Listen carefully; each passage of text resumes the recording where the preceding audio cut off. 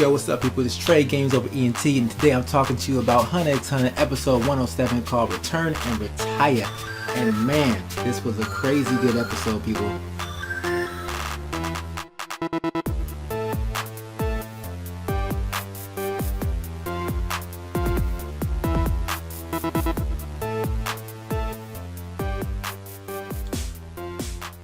Alright, so beginning where we left off last time, we got Morel and Leol facing off in the underground church.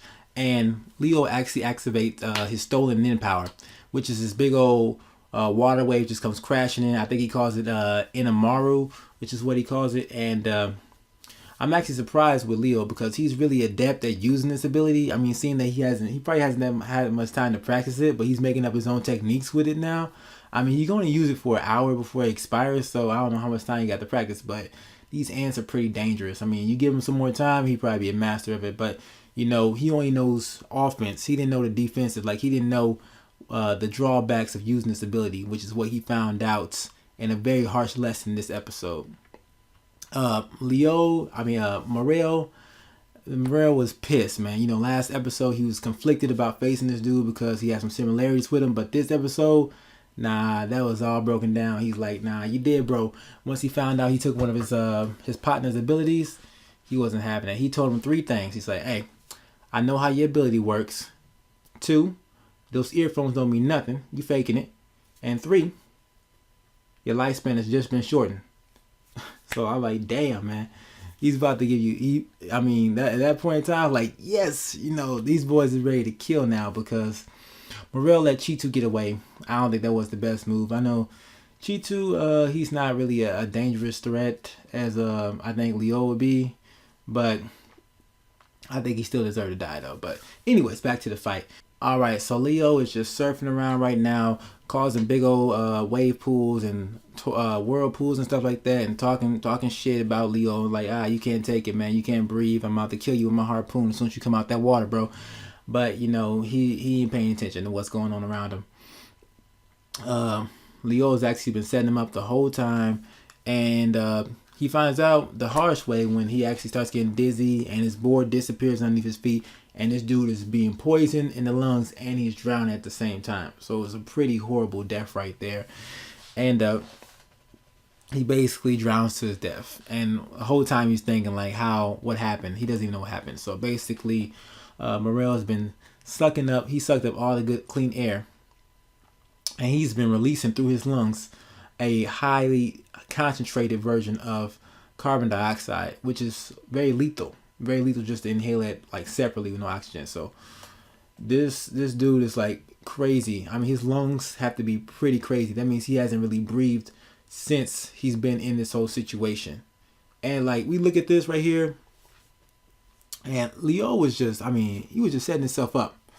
He wasn't thinking at all. Even without the carbon monoxide poisoning, he wouldn't last in there like too long anyway. So this fight went on too long. He was running out of good clean air to breathe anyway. So he just screwing himself. He wasn't paying attention. That's just another example of how experience conquers youth every time. So Leol, you're out of there, bro. You're dead. On to the next one. So let's talk about Kilua now. Yes, Kilua has finally awakened. He's been unconscious for 2 days, and we find out he wakes up in this underground criminal hospital that charges like a fortune to fucking get medical treatment. The nurse is just racking him up. Every $10,000 a minute. No, 10,000 yen. I don't know how much that is in dollars, but it sounds like a lot of money to me. Too much for a phone call, that is. And he finds out what's going on. He finds out that Malarion has actually joined the group with Knuckle and Shoot. Gon has been trying to contact Palm, and he has no avail. And then we find out that Shoot and Knuckle actually know about Palm's infiltration to the palace, and they're worried that she's gonna be discovered by Neferpitou's nin abilities. So yeah, and then we see that a little bit later. What happens with that? And ikalgo is just right on Kilua's heels the whole time. Kilua, by the way, he is ripped, man. Old dude got is just chiseled. I'm talking about serious 8-pack down here, man. Made me want to do some sit-ups for real. And during this whole time, ikalgo is just in like shock and awe right now. this dude is an official fanboy of Kilua right now. Well, me too, you know. That's my favorite Hunter character. But yeah, Kilua is back in action, man. The bruises, all the injury, it's all gone. Looks like he's 100% and he's ready to get down. He said, when's the plan start? They talk with Morel after the fight's over, and Morel's like, telling him, like, you know, Knov won't be no help in the fight. Basically, Knov is still shook up from last episode, still in his space, just, you know, stunned. So Knov is out of it, and looks like his disciple is about to be going through the same thing. Yet Plam has she's done the deed with the secretary, and she's going around the castle trying to infiltrate and trying to get a glimpse of the king and neferpitou, or any of the royal guards, matter of fact, for that. And she makes it to the same spot. She gets stuck at the same spot that Knov did, right at that damn bottom of the staircase. And she sees neferpitou's name, and she's like, I ain't going up there. This ain't happening. And then it draws back, and then some redneck comes up and just almost like encases her whole body. So I don't know whose nin that is, but that red nin looks very dangerous right there. Very dangerous indeed. So we are 3 days away from these big battles, man. These big battles, especially the one I want to see the most with the Chimera Ant King versus Sharon the Terror. Definitely, man. That is definitely on the chopping blocks right now.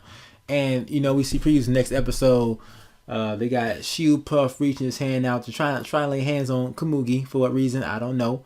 And then that's 1 second, and next second he's holding his hand, crying like a baby. So I don't know what's happening with that, but I guess we have to wait till next episode to find out. But in the meantime, go ahead and hit the like button if you're with me to this point. Go ahead and hit the like button, hit the subscribe if you want to see more of me and my channel. But hey, out of here. See y'all later.